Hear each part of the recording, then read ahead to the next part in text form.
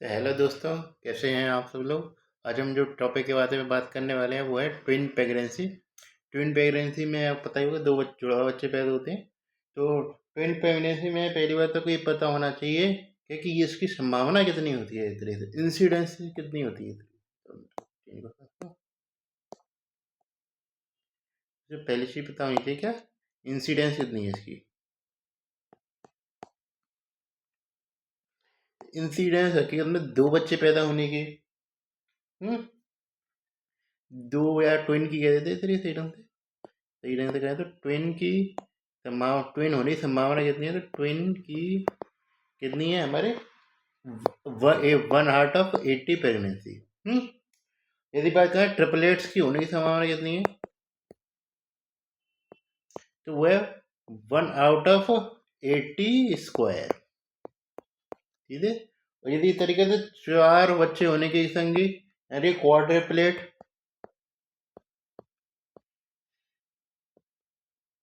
तो कितने 1/80 की पावर 3।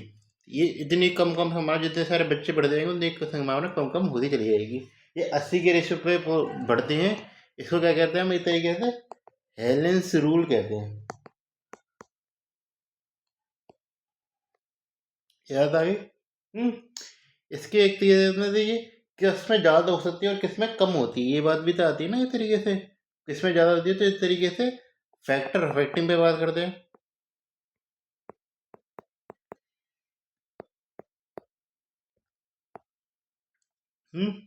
फैक्टर कौन होते हैं, फैक्टर अफेक्ट करते हैं, तो इस तरीके से ये रेस क्या होती है, उस तरीके से रेस का एक तरीके से बहुत रोल होता है। इसमें एक तरीके से ज़्यादा होती है। ज़्यादातर ये एशियंस में ज़्यादातर देखने को मिलती है। इस तरीके से ये होता है। हाँ, मैटरनल एज का भी रोल रहता है। फैक्टर फैक्टर में रेस आती है। मैटरनल एज आ गई आपकी। हम्म और क्या आ गया मैटरनल एज के अलावा, ये तेरी मेटल एज का मतलब ये 35 से ज़्यादा है तो उससे ट्विन प्रेगनेंसी होने की संभावना काफ़ी ज़्यादा होती है। उसके अलावा पेरिटी यानी मल्टी पेरिटी जितनी ज़्यादा होगी, पेरिटी में क्या रहता है एक तरीके से मल्टी पेरिटी हुई। जैसे कई जगह हम नंडी पेरिटी यूज़ करते हैं रिस्क फैक्टर में, इसमें मल्टी पेरिटी रिस्क फैक्टर रहता है। रिस्क फैक्टर मतलब factor of factor risk factor factor हो मल्टी पेरिटी।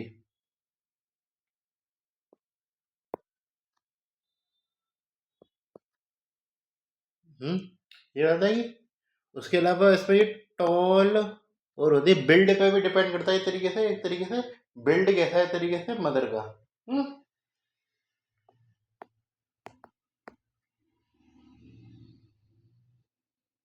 जैसे पहले ये टॉल एंड क्या हुआ कि एक तरीके से वो हैवियर या ओबीस कह देते हैं, जैसे हैवियर जैसे इधर रहेगा टॉल एंड इसे।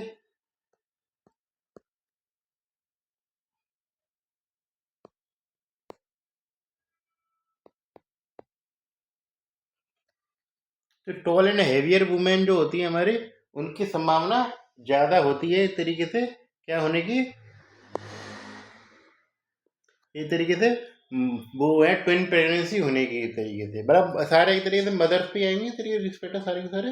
ये हिस्ट्री हिस्ट्री का इतना कुछ खास रोल रहता नहीं, हालांकि रेस के नाम पर रोल आ जाता है, लेकिन वैसे एक तरीके से पास्ट हिस्ट्री प्रेजेंट हिस्ट्री इसका कोई रोल नहीं रहता इसमें, क्योंकि ये बीमारी नहीं है। ये इस तरीके से मल्टीपेरिटी में याद रखना, इस तरीके पेरिटी में चार से ज़्यादा यदि पेरिटी तो संभावना ज़्यादा बढ़ जाती है। और एक तरीके से बेटर में बिल्ड या ओएसिटी जो होती है तरीके से टॉल वुमेन है, और वो उसका बहुत ज़्यादा रोल रहता है इस चीज़ में। ये इसमें हम बात करते हैं मेन तो टाइप्स की।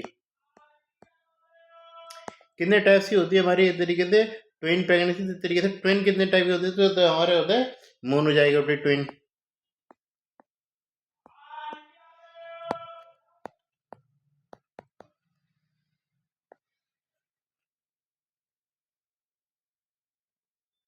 एक होते हैं हमारे डाई जाइगोटिक ट्विन।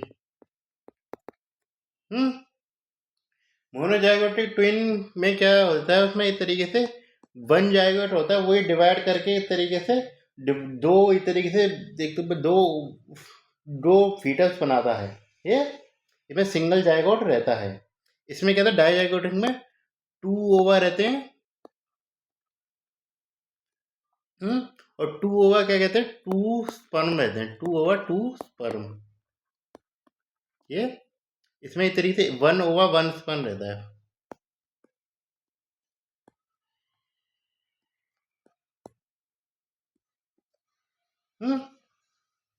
ये बात आ गई। अब हम आते हैं तरीके से जाइगोटिसिटी के बाद हम पहुंचते हैं तरीके से किस पे, एमिनियोसिटी पे। एमिनियोसिटी और कोरियोनिसिटी जो आती है उसका भी रोल रहता है जाइगोटिक के बाद।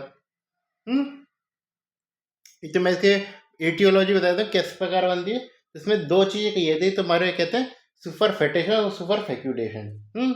इसे याद रखने की जरूरत है। सुपर फेटेशन का मतलब ये है कि इस तरीके से टू डिफरेंट एटोक्लॉइटस होंगे, उसके कारण बनेगा सुपर फैक्यूटेशन से। और सुपर फेटेशन से क्या बनता है इस तरीके से, वो है इस तरीके से टू डिफरेंट साइकिल रहती हैं। ये बस लिखित पता होना चाहिए क्या होता है ये सुपर फेटेशन वर्सेस सुपर फैक्यूडेशन। बस अभी अभी तक बस खाली हम टर्मिनोलॉजी के बारे में पढ़ रहे हैं। मेन टॉपिक जो है क्वेश्चन आने वाला टॉपिक है वो इधर स्टार्ट ही नहीं हुआ है हमारी तरीके से, ये ला लीजिए। ये तो अब हम एक तरीके से देखने होते हैं, एक तरीके से एमिनियोसिटी और कोरियोनिसिटी हमें देखनी होती है। एक तरीके से देखते हैं एमिनियोसिटी।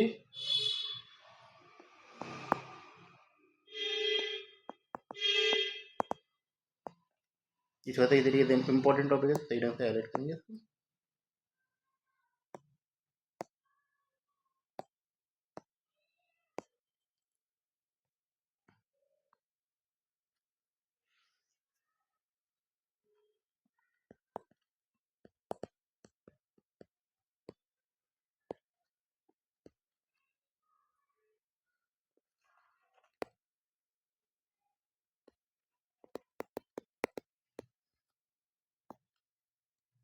ये चीज रहती है एमिनियोसिटी एंड कोरियोनिसिटी। इसमें क्या क्या फैक्टर देखते हैं एमनियोसिटी में क्या क्या टाइप की एमनियोसिटी रहती है ये पता होना चाहिए। एमनियोसिटी कितने टाइप की एमनियोसिटी रहती है हमारी। एक रहती है हमारे डाइक्रोनियोनिक, कई तरीके सीधे आते हैं, कोरियोनिक और एमनियोनिक तो पढ़ रहे हैं तो ये सेपरेट अपने इसको संग में ही पढ़ते चलते हैं।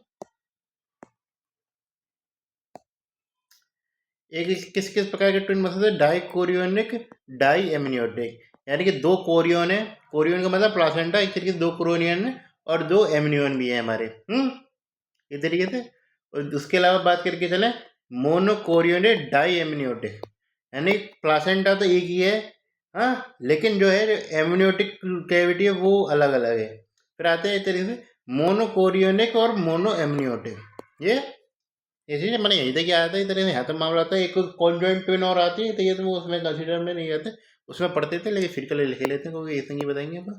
फिर आते हैं हमारी इधर कॉन्जॉइंट ट्विन, यानी कि तरीके से ट्विन आपस में जुड़े हुए हैं एक तरीके से, तो इससे भी ऊपर है।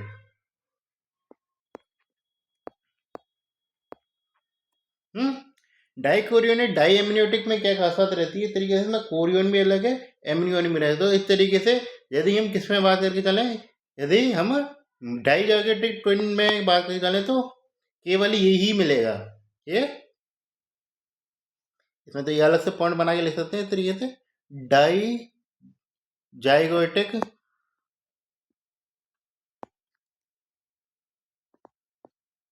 Twin have only this.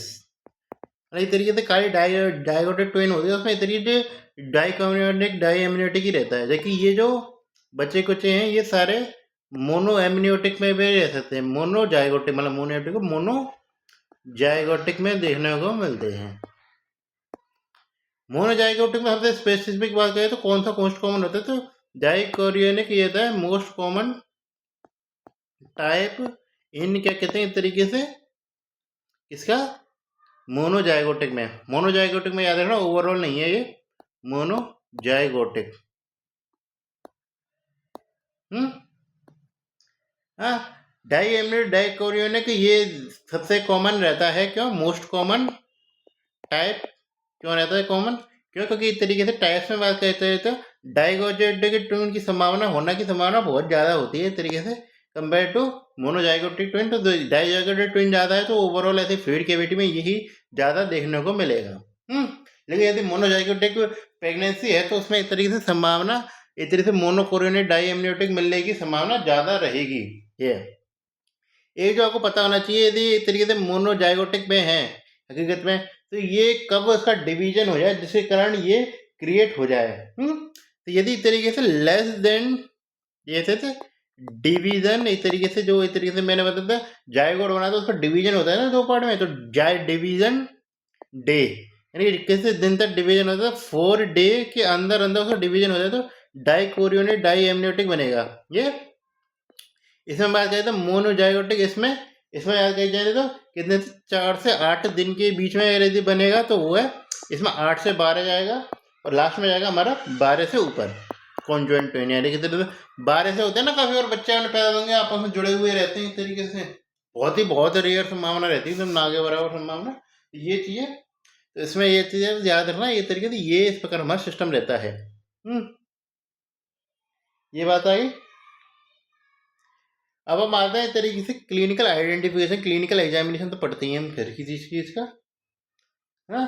तो क्लिनिकल एग्जामिनेशन के नाम पे क्या फाइंडिंग मिल सकती है आपको, चलो बस मेरे बारे में लिखने लायक तो कुछ नहीं है। एक तरीके से आपको फीटल हार्ट जो है, फीटल हाइट है जो एक तरीके से वो पीरियड ऑफ जेस्टेशन से ज़्यादा मिल सकती है।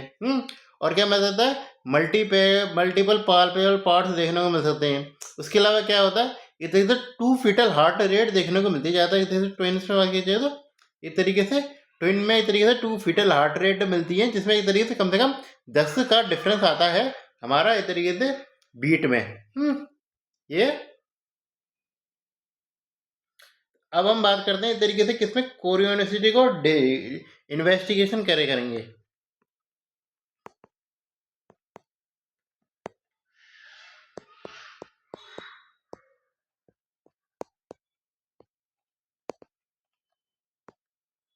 कैसे इन्वेस्टिगेशन करते हैं, तो एक तरीके से आते थे ट्रांस वेजाइनल अल्ट्रासोनोग्राफी, या एक तरीके से ट्रांस सोनोग्राफी कहते थे, सोनोग्राफी यूएसजी भी कहते हैं, सोनोग्राफी यूएसजी कह देते हैं। ये इसका आइडियल टाइम कितना रहता है, आइडियल टाइम से पूछता है ऐसे, आइडियल टाइम करने का आइडियल टाइम रहता है 10 से लेके 14 वीक तक। 14 वीक से पहले कर लेना चाहिए यूजुअली, तो तभी डायग्नोसिस करने का मतलब करने का 14 वीक है जो मेरे बेस्ट टाइम 10 से 14 वीक के बीच में है। ये तो इसका डायग्नोसिस बनाने का कैसे मिलेगा आपको, डायग्नोसिस में क्या क्या चीज़ देखने को मिलेगा, यूएसजी करेंगे तो आप इस प्रकार आपको मिल सकती है। चलो मैं पिक्चर बनाता हूँ इस तरीके से।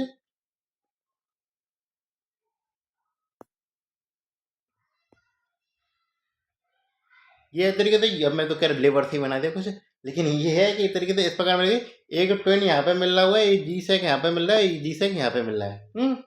ये प्रेपरे एमनियोटिक कैविटी है, इसके बीच में क्या है आपका इस तरीके से ये सेप्टा बना हुआ है, इस तरीके से क्या इस प्रकार हमारा सेप्टा बना हुआ है,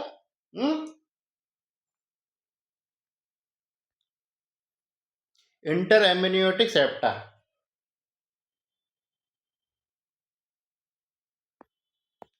इसमें क्या होता है, कोरियोन यदि प्रेजेंट है, कोरियोन प्रेजेंट है तो जिसके कारण क्या वो थिकनेस उसकी ज़्यादा रहेगी।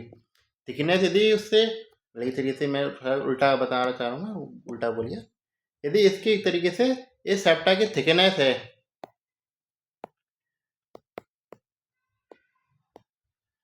ये कितने 2 मिलीमीटर से ज़्यादा है, तो इसका मतलब क्या, chorion present between amniotic cavity, जिनकी एमनियोटिक कैविटी है इस तरीके से उनके बीच में कोरियोन प्रेजेंट है। इसका मतलब क्या है, ये किस प्रकार का हुआ हमारा डाइकोरियोनिक डाई एमनियोटिक, यार क्या हो जाता है ये, डाइकोरियोनिक डाई एमनियोटिक ट्विन हो रहा। ये तो ये मैंने थोड़ा थिक बनाया है, ये मान के चले इसकी जगह मैं बनाता इस तरीके से, ये थोड़ा सा मैं सही बनाऊंगा, ये बिल्कुल एकदम पतला सा बन गया ये तो जल्दी। इसमें ये तो मतलब खाली सेप्टा तो प्रेजेंट है, लेकिन ये इसमें बिल्कुल पतला सा है ये, यानी कि थिकनेस जो है इस तरीके से वो कितनी है इसकी, इंटर एमनियोटिक जो है हमारा सेप्टा उसकी थिकनेस कितनी है, इंटर ट्विन सेप्टा की थिकनेस क्या है, लेस देन 2 मिलीमीटर है। तो इसमें क्या होगा हमारा, क्या देखने को मिल रहा है इस तरीके से, कोरियन एब्सेंट बिटवीन, क्या बताता है ये हमारे इस तरीके से, मोनोकोरियोनिक डाई एमनियोटिक। ये मान के चले कुछ भी प्रेजेंट नहीं है बीच में, बस खाली ये दो फीटल पोल बने हुए हैं, दो मतलब जी साइज दिख रहे हैं आपको, तो इसमें क्या नो सेप्टा, तो क्या आ जाएगा ये मोनोकोरियनिक मोनो एमनियोटिक। ये तो ये हमारी यूएसजी में फाइंडिंग मिलेगी। इस पे जो फाइंडिंग मिलती है उसको क्या कहते हैं, तो नाम याद रखना साइन का, इसे कहते हैं ट्विन पिक साइन, या लेमडा साइन भी कह देते हैं तरीके से यार, लेमडा साइन। इस फिगर में क्या मिलता है तरीके से, इसको क्या कहते हैं, टी साइन कहते हैं। इस साइन का कोई नाम नहीं है, तो ये चीज इसको टी साइन कह देते हैं। तो ये आपको याद पता चल गया, मोनोकोरियोनिक मोनो एमनियोटिक, मान गया डाइकोरियोनिक डाई एमनियोटिक मिल रहा है, तो आप सीधे डायग्नोसिस बना सकते हैं क्या, कि ये एक तरीके से ये आइडेंटिटी डिफरेंट ट्विंस थे। लेकिन यदि आपको ये मिला, मान के चले नीचे वाली फाइंडिंगों में से, मतलब कि यदि ये मिला, मान के चले आपको, मतलब जैसे कि मान के चले डाइजाइगोटिक ट्विन थे, तो उसमें तो ये मिलेगा ही। लेकिन मान के चले इस किसी भी केस में, जैसे मतलब कोरियोनिक डाइजाइगोटिक मिला, तो आप कंफ्यूजन कर जाएंगे ना इस तरीके से कि मोनोजाइगोटिक के मोनो एमनियोटिक था। जैसे मान लीजिए ये मिला या ये मिला, तो अब पता चल जाएगा ना मोनोजाइगोटिक ट्विन है, लेकिन उसमें केस में तो डाइजाइगोटिक मोनोजाइगोटिक दोनों मिल सकते हैं, तो तब डिफरेंस करना मुश्किल रहता है। तो ज़्यादातर आप डीएनए फिंगरप्रिंटिंग के द्वारा डिफरेंस करते हैं वहाँ पे, ज़्यादातर आप दो बच्चों के बीच में। ये ठीक है, ये ज़्यादातर आप झिल्ली वगैरह निकालेंगे इस तरीके से, जो प्लेसेंटा निकालें तब भी आपको मिलेंगे ये इस तरीके से। इसमें क्या मिलेगा आपको, दो झिल्लियाँ मिलेंगी, एक तो कोरियन वाली झिल्ली मिलेगी इस तरीके से दो सेपरेट, और एक आपको बीच में एमनियोट मिलेगा, जिसे 4 लेयर्स मेम्ब्रेन कहते हैं ये। इसमें क्या बाकी में आपको 2 लेयर्स मेम्ब्रेन मिलेगी, इसमें एक कोरियन इधर की, एक एमनियन इधर की, इसमें आपको कोई मेम्ब्रेन नहीं मिलेगी। ये इस प्रकार हमने एक तरीके से डायग्नोसिस बना लिया किसका, कोरियोनिसिटी का। अब हम आते हैं तरीके से किस चीज पे, हम आते हैं कॉम्प्लिकेशन पे। जैसे एक थोड़ा सा सेपरेट हाइटिंग रहेगी हमारी।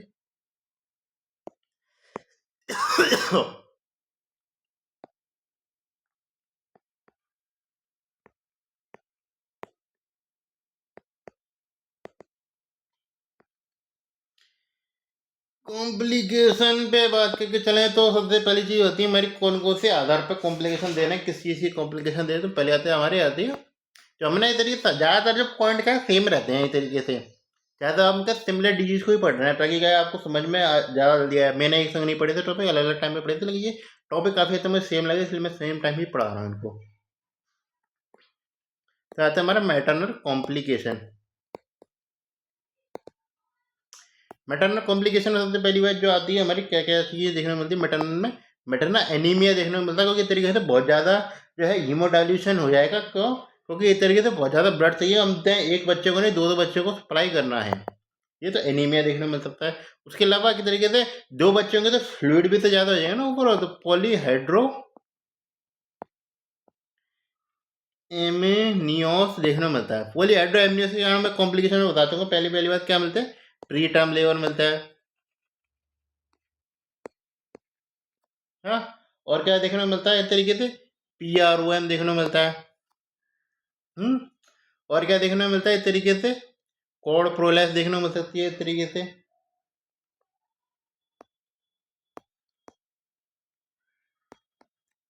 हाँ। ये उसके अलावा और क्या चीज़ देखने को मिल सकती है इस तरीके से, अब्रेप्टो प्लासेंटा, उसने के पास उतना ज़्यादा नीचे जाने की जरूरत नहीं है, इतना ही काफ़ी है। दूसरी और क्या चीज़ मिल सकती है हमें, होती है जो यूट्रस है उसका ओवर डिस्टेंशन हो जाएगा, कि दो बच्चे हैं वो दो अपनी तरफ से सेपरेट लात मारेंगे, तो uterus over distension, uterine over distension क्या होगा इस तरीके से, उसमें कैसे पता करेंगे यूट्राइन ओवर डिस्टेंशन का, उसके कारण क्या क्या चीज़ें बनेंगे, वो बनेंगे हमारे पोस्ट पार्टम हेमरेज, क्योंकि एक तरीके से वो एटोनिक ही रह जाएगा, हमारा यूट्रस को बहुत ज़्यादा फैल जाएगा, तो पोस्टमार्टम हेमरेज होने की संभावना ज़्यादा है। उसके अलावा क्या हो सकता है, हमारा सब इन्वॉल्यूशन हो सकता है हमारा एक तरीके से यूट्रस का, हमारे ये तरीके से यूट्रस अपनी जो मेन पोजीशन डिलीवरी के बाद उसमें लौटने में उससे काफ़ी टाइम ज़्यादा लगेगा। ये उसके अलावा क्या है कि ट्विन प्रेगनेंसी है, तो यदि मान के जाए मोनोजाइगोटिक ट्विन रही तो आखिर में उससे एक ही प्लासेंटा से दो चीज़ों को सप्लाई हो रही है। हाँ, ये बात है ना। तो इस तरीके से प्लासेंटा का साइज बढ़ जाएगा, placenta size increase, placenta size increase होता है तो मैं बताता क्या क्या चीज़ कॉम्प्लिकेशन बनते हैं हमारे। एक तो बनते प्रेगनेंसी इंड्यूस हाइपरटेंशन। उसके अलावा क्या क्या हार्मोन यदि सिंथेसिस ज़्यादा होगा, HPL सिंथेसिस ज़्यादा होगा हमारा, इस तरीके से HPL है वो ज़्यादा होगा तो क्या बनेगा इस तरीके से, वो बनेगा हमारा डायबिटीज़ मेलाइटस को करता है, तरीके में बताया था इस तरीके से जेस्टेशन डायबिटीज़ मेलाइटस कहना जैसे होगा। और उसके अलावा SCG ज़्यादा होगा तो क्या करता है SCG हमारा, वो करता है हमारा इस तरीके से, ये ज़्यादा घुसम पट्टी होगी मेरे पे।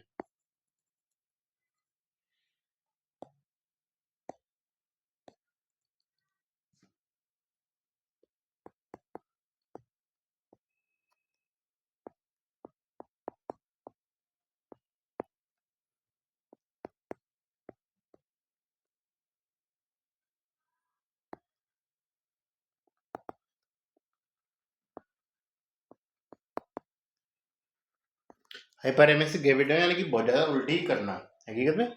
एक और कॉम्प्लिकेशन आप ले सकते हैं, वो है हमारा इसे से एंटेपार्टम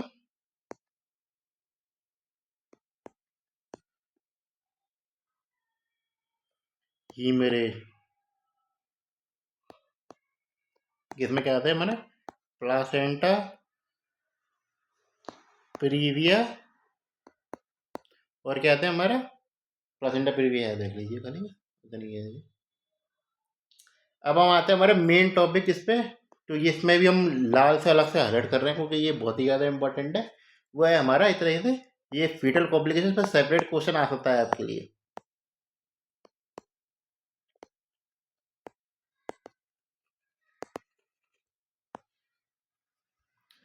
फीटल कॉम्प्लिकेशन में क्या क्या चीज़ जाएंगे ये पता होना चाहिए।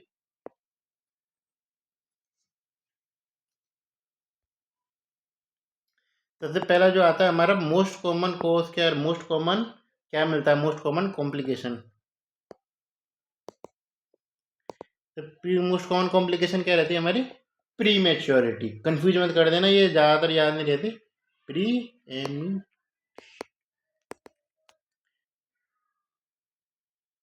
एकदम से लिखना पड़ेगा।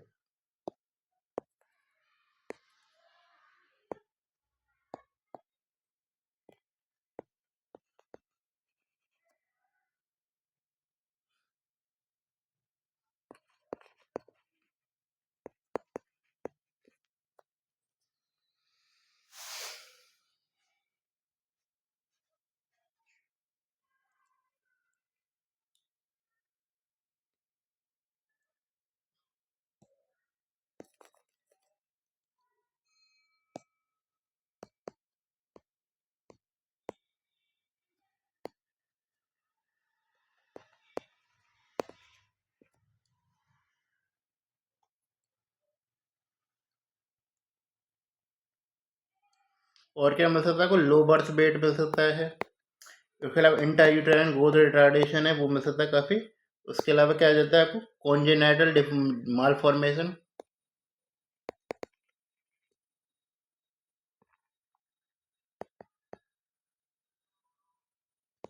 ये मिल सकते हैं। इसमें ये चीज़ याद रखना, हकीकत में कॉमन जाना माल फॉर्मेशन, उसके अलावा मैं बताता क्रोमोसोमल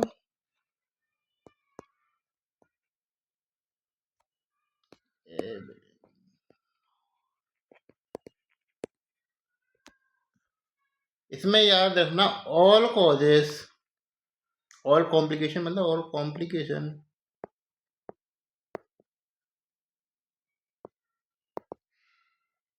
मोर एसोसिएटेड विद, इसके तरीके से मोनोजाइगोटिक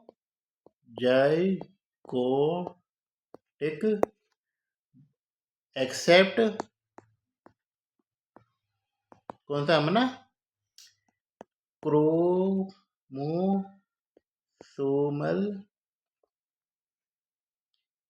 एनोमली।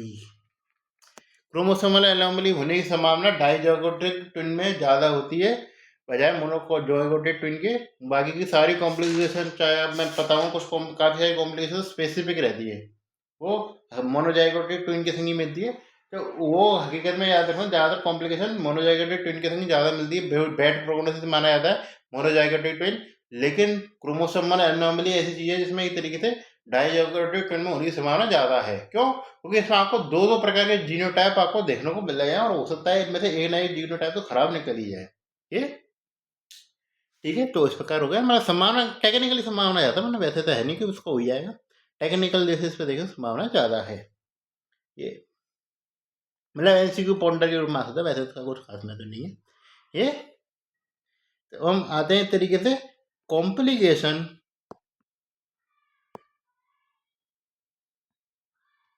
स्पेसिफिक टू, इसका एक तरीके से मोनोजाइगोटिक ट्विन के लिए तरीके से कॉम्प्लिकेशन स्पेसिफिक कौन सी है ये। तो आता है हमारा पहला, आता है twin to twin transfusion syndrome. Twin to twin transfusion syndrome, इसका मतलब क्या होता है कि एक ट्विन से ब्लड है वो दूसरे के ट्विन की तरफ ज़्यादा है, शॉर्ट फॉर्म TTS भी कहते थे। एक ट्विन से ब्लड है वो दूसरे ट्विन की तरफ जा रहा है। क्यों? ये प्रेजेंट किस लिए होता है? मोनोजाइगोटिक ट्विन में याद रखना है तरीके से कि यदि प्लासेंटा एक है तो इसमें क्या होता है, हमारा वेस्कुलर एनास्टोमोसिस होता है, वो प्रेजेंट होता है। हाँ, इसके कारण क्या, एक जो है ट्विन से ब्लड, एक ट्विन की आर्टरी से ब्लड क्या है दूसरे ट्विन की आर्टरी में जा सकता है आसानी से। इसमें कॉम्बिनेशन क्या बनता है, जो डीप आर्टरी होती है एक तरीके से इसकी डोनर की, उससे ब्लड सप्लाई किया जाता है किसको, हमारे डीप वेन, इसकी एक तरीके से रेसिपिएंट की। ये इसमें क्या क्या कॉम्प्लिकेशन क्रिएट हो सकते हैं उसके आधार पर बात करते चले तो डोनर में क्या बनेगा, एनीमिया बनेगा, इसमें क्या बनेगा, पॉलीसाइथीमिया।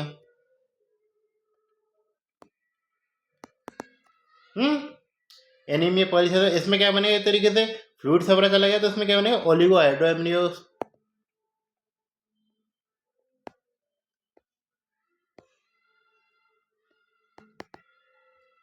इसमें क्या बनेगा, पॉलीहाइड्रोएमनियोस। ये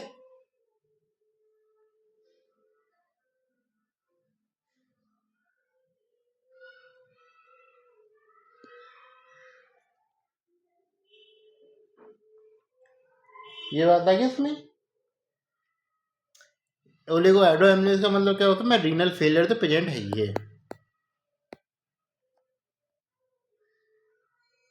ये बात है कि इसके आधार पर स्टेजिंग की जा सकती है। इसकी स्टेज, कौन सी स्टेजिंग करते हैं ये पता होना चाहिए। इसकी स्टेजिंग का जो नाम होता है वो पिंक जो होता है क्वीनेटोरो स्टेजिंग होती है। नाम लेता हूँ पहले तो,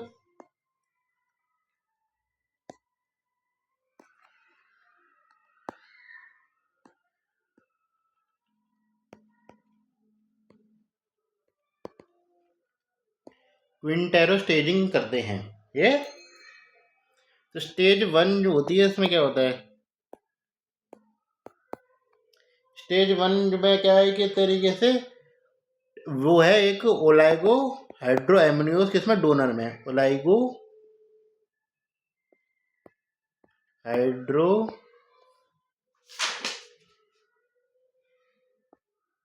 एमनियोस।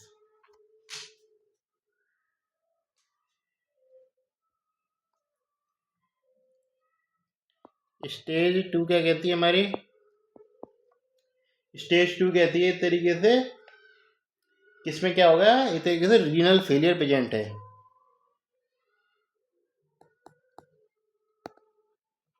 रीनल फेलियर का मतलब क्या है, इस तरीके से यूरिन आउटपुट घट गया है, यानी कि इस तरीके से जो ब्लैडर है वो donor twin not visible, bladder of donor twin, ये दोनों चीज डोनर ट्विन है, डोनर ट्विन है वो नॉट विजिबल, उसमें ब्लैडर ही नहीं बचा, क्योंकि इसमें क्या कुछ चीज़ें कॉम्प्लिकेशन ऐसे है ना, थोड़ा बहुत आगे सीवियर लेवल पर आती चीज़ें। ये स्टेज 3 के क्या कह रहे थे, डोनर ट्विन में ही होती है ये। उसमें क्या होता है हमारा इस तरीके से IUGR, यानी इस तरीके से फीटल ग्रोथ रेस्ट्रिक्शन, IUGR शब्द यूज करता हूँ मैं, तो IUGR मिलता है डोनर में। इसमें क्या मिलेगा आपको, एक तरीके से जो है हम डॉपलर जिसे ही डायग्नोस करते हैं ना, हम यूरिनरी आर्टरी डॉपलर, इस तरीके से डॉपलर पे या यूरिनरी आर्टरी और सेरिब्रल आर्टरी दोनों का यूज कर लेते हैं, इसलिए स्पेसिफिक नहीं लिखता हूँ मैं, सीधे लिखता हूँ डॉपलर चेंजेस देखने को मिलते हैं, डॉपलर चेंज। ये स्टेज 3 जो और 4 जो है, वो स्टेज 4 और क्या कहते हैं 5 है, वो दोनों में देखने को मिल सकती है। इसमें आइदर ट्विन, आइदर या एनी हो सकता है, एनी ट्विन। स्टेज 4 में क्या मिलेगा आपको, स्टेज 4 में देखने को मिलता है आपको फीटल हाइड्रोप्स, इसमें क्या मिलता है आपको, फीटल डेथ। ये बात आ गई, स्टेज 5 है ये। फिर आते हैं हमारे एक तरीके से दूसरी कॉम्प्लिकेशन, या था twin anaemia polycythaemia syndrome,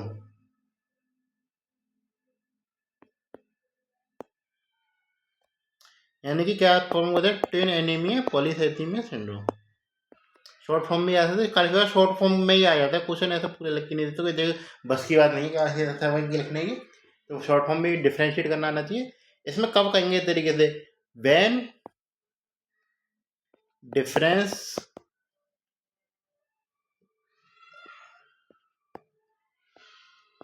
of किसका, हीमोग्लोबिन कितने से पहुंच जाए, 8 mm मिलीग्राम पर डेसीलीटर से ज़्यादा हो जाए, तो उससे क्या कहते हैं इस तरीके से हम डायग्नोसिस कर लेंगे ट्विन एनीमिया पॉलीसाइथीमिया, उसमें एनीमिया मिला और हीमोग्लोबिन का डिफरेंस आएगा मेन। तो इसमें जो मेन जो डायग्नोसिस वाला फैक्टर रहता है, हाँ वो याद करते हैं पीक सिस्टोलिक वेलोसिटी के दौरान, याद करते हैं पीक सिस्टोलिक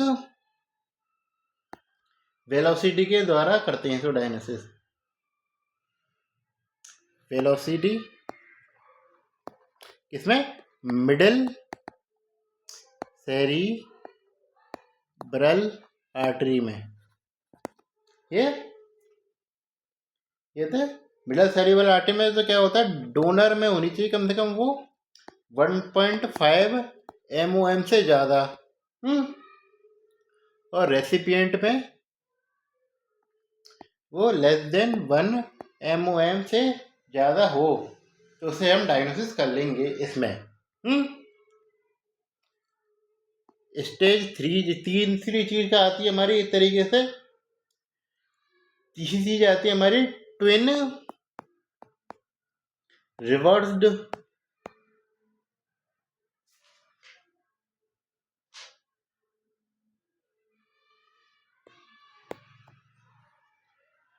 आर्टीरियल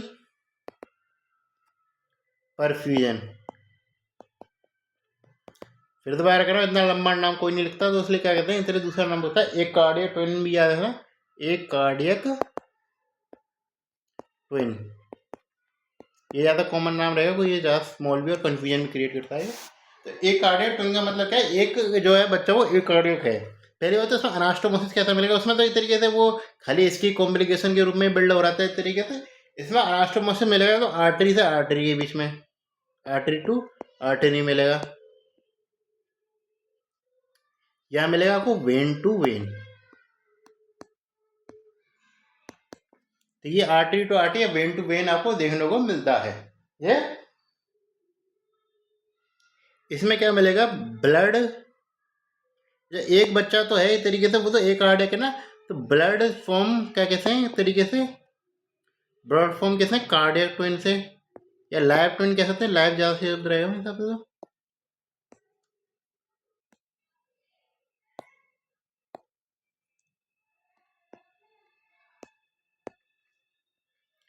लाइव से कहाँ जा रहा है हमारा एक तरीके से ब्लड टू का किसमें जा रहा था, यूरिनरी आर्टरी की सहायता से किसमें जाता है, अम्बिलिकल आर्टरी में जाता है।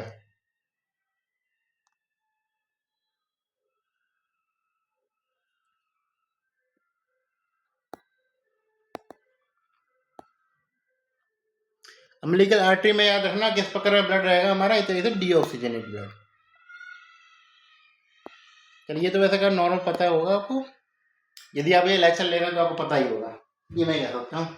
कहीं भले मैंने नहीं पढ़ाया क्या होता है फीटल सर्कुलेशन, लेकिन पता होगा आपको। तो ये क्या है, फिर कहाँ जाना था हमारा एक तरीके से मदर ब्लड पे जाना था, लेकिन चूंकि दूसरा जो बच्चा है वो एक कार्डियक है, जिसके कारण कहाँ चला जाता है हमारा सेकंड ट्विन में चला जाता है। ये किसमें जाता है, ये किसमें चला जाता है हमारा ब्लड, यहाँ से सेकंड ट्विन या एक कार्डियक ट्विन में चला जाता है।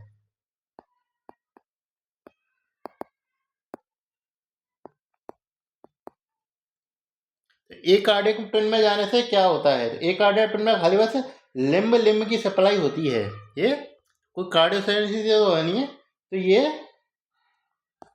Only lower limb supply happen, क्योंकि वो पूरा ट्विन बना ही नहीं है ना अभी तक, ये चीज़। इससे क्या हो सकता है इस तरीके से, जो है इस तरीके से लाइव ट्विन पे क्या हो सकता है, इंक्रीज कार्डियक लोड, इसके कारण क्या हो सकता है हमारा हार्ट फेलियर बिल्ड हो सकता है। ये हार्ट फेलियर को बिल्डअप करता है, ये बात आ गई। इसके टाइप्स देखने को मिलते हैं इस तरीके से, इसमें एक कार्डियक ट्विन के टाइप होंगे, यदि लाइव तो एक जैसे रहेगा टाइप इसके में ना, एक कार्डियक तो ही है, उसे क्या कहना है एनसेफेलस है, यानी उसका ब्रेन नहीं है ये, और एक कार्डियक के संग क्या है उसका एमॉर्फस, यानी कि एक तरीके से एक मॉर्फस का मतलब कोई भी बॉडी पार्ट फॉर्म नहीं हुआ है। ट्रीटमेंट की बातचीत करें चले तो चलो मैं पहले का भी ट्रीटमेंट बता देता हूँ। इस केस में क्या करेंगे हम, जैसे इसमें तो दोनों में सेम ही है, इसमें ट्रीटमेंट के नाम पे कर देंगे ectoscopic laser ablation of anastomosis vessel. इसमें क्या रहेगा, ट्रीटमेंट के नाम पे RS लिख देते हैं, हाईलाइट करना पड़ेगा इसको, तो कौन में लिखा है, तो RS क्या रहेगा हमारा, एक्टोस्कोपिक एब्लेशन ऑफ एनास्टोमोसिस वेसल्स। ये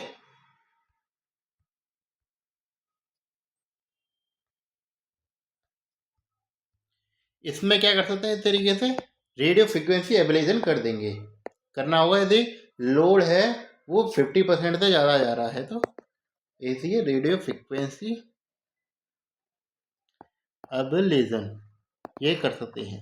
ये एक और कॉम्प्लिकेशन की बात करें चलें, जिसमें क्या होता है, इंट्रा यूटेराइन डेथ हो गई किसकी भी, एक intra uterine death of one twin, दोनों की ट्विन की डेथ हो जाए तो वो कॉम्प्लिकेशन नहीं बनेगी, अभी तक वो डेथ ही होगी इसकी, तो इंट्रा यूटेराइन डेथ होगी वन ट्विन की। इसमें याद रखना यदि वन फर्स्ट वीक पे हुई है, फर्स्ट वीक,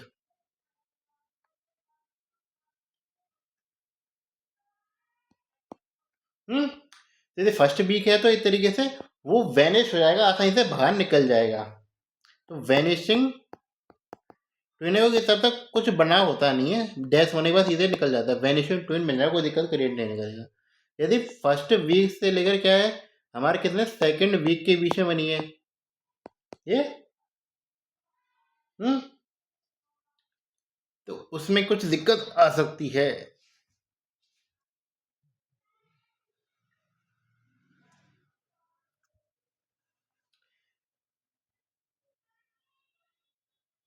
उसमें क्या है कि वो कंप्रेस कर दिया जाता है, मतलब वो वेनिश तो नहीं करता लेकिन वो कंप्रेस कर लिया जाता है। तो क्या बन जाता है हमारा फीटस कंप्रेस, फीचर कंप्रेस हो जाता है। ये यदि लेट होती है तो आखिर में बच्चा होता है वहीं पे जिंदा वहीं पे एक तरीके से बना रहता है, वो कंप्रेस भी नहीं होता। लेकिन इसमें एक तरीके स्पेसिफिक कॉम्प्लिकेशन याद है, सडन डेथ। और किसी 1 ट्वेन की कितनी हुई है, लेट प्रेगनेंसी में हुई है। ये तो कन्फ्यूजन है, मैं वीक है कि ट्राइमेस्टर है, मैं इसमें देखना पड़ेगा थोड़ा सा। तो लेट प्रेगनेंसी में हुई है एक तरीके से इसकी सडन डेथ ऑफ,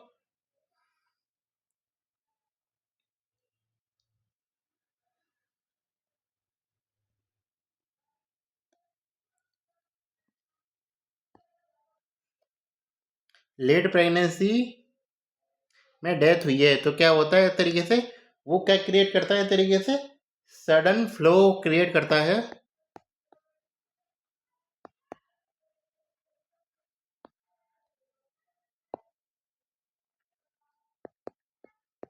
इससे एक तरीके से लाइव ट्विन से किसके लिए एक तरीके से, किसके लिए, डेड ट्विन की तरफ, जिसके कारण क्या बिल्डअप होता है एक तरीके से, सडन हाइपोक्सिया बिल्डअप हो जाता है। ये सडन हाइपोक्सिया बिल्डअप होने के कारण क्या होता है हमारे, सबसे पहले क्या देखने में ना, न्यूरोलॉजिकल कॉम्प्लिकेशन देखने को मिलते हैं, और जिसके कारण क्या है, दूसरे ट्विन की भी डेथ हो जाती है। ये अब ये बात आ गई हमारी एक तरीके से, लगभग हमने सब चीज बात कर ली किसके एक तरीके से कॉम्प्लिकेशन पे। अब लास्ट पार्ट आता है हमारे एक तरीके से किसका, मैनेजमेंट एक्सपेक्ट से। मैनेजमेंट में नॉर्मल मॉनिटरिंग तो चलाएंगे उसकी, एक तरीके से लेवल 2 नॉर्मली स्कैन हुआ, फिटल ग्रोथ चार्टिंग वगैरह होगी, हकीकत में बार बार उसकी यूएसजी फाइंडिंग कर रहे हैं एक तरीके से, सीटीजी मॉनिटरिंग कर रहे हैं, तो वो तो चलाएंगे हम। स्पेसिफिक बात करेंगे तो हम डिलीवरी कराते हैं एक तरीके से, डिलीवरी की। ये क्या लिखा आ जाता है मेरे पे,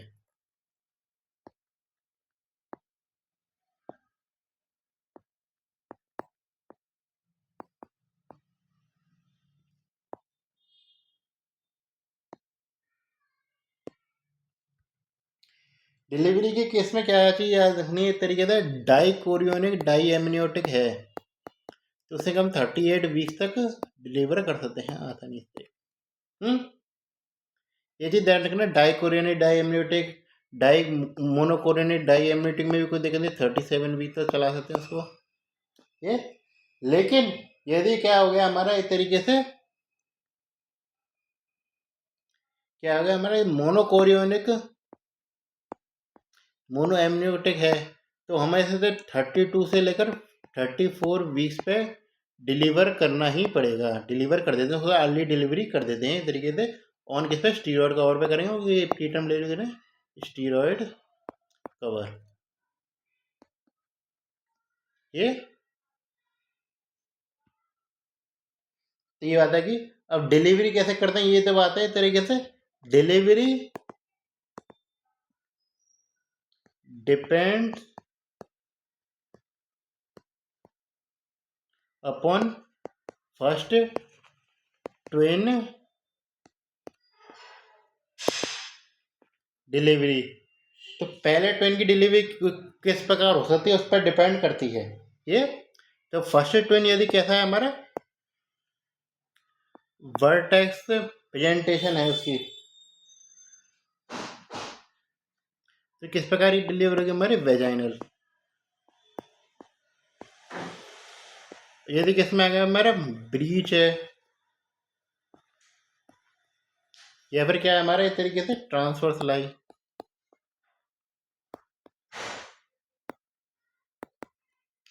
तो किस प्रकार होगी हमारी, सी सेक्शन होगी ये। अब फर्स्ट ट्विन के बाद वर्टेक्स की डिलीवरी तो कहा थी फर्स्ट ट्विन के बाद, तो उसका सेकंड ट्विन होगा। ये वर्टेक्स पे जिससे डिलीवरी करने के बाद सेकंड ट्विन की डिलीवरी देखनी है। सेकंड ट्विन क्या है, सेकंड ट्विन वर्टेक्स निकला हमारा, तब तो कोई दिक्कत आती नहीं है। इस तरीके से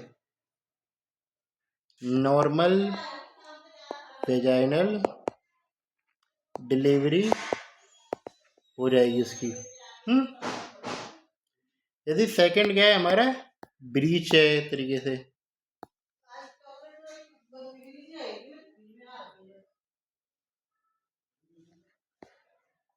तो क्या बनेगा इस तरीके से असिस्टेड, तो उसमें मैंने बताया वेजाइनल डिलीवरी संभव है ना, असिस्टेड ब्रीच वेजाइनल डिलीवरी। एक दूसरा ट्विन क्या है, ट्रांसवर्स में है। अब ट्रांसवर्स लाइन में तो जानते कोई मैकेनिज्म लेबर तो होती नहीं है, तो उसमें क्या करते हैं इंटरनल पोडेलिक वर्जन करके उसे क्या करते हैं, चेंज कर देते हैं, चेंज टू ब्रीच, और फिर क्या करते हैं डिलीवरी करा देते हैं। इंटरनल प्रोडक्ट बचल है, मतलब हाथ अम्मा अंदर डाल के उसका पोजीशनिंग को चेंज करके ब्रीच पोजीशन में चेंज करके स्पेलिंग में चेंज करेंगे, ब्रीच पोजीशन में चेंज करा के डिलीवरी करा देते हैं। ये एक मैं कॉम्प्लिकेशन में बारे में पुराना बताना भूलिए, इस तरीके से सडन हाइपोक्सी की वगैरह रखनी है। एक जो उसके बाद है वो आया था हमारा कॉर्ड इंटेगमेंट।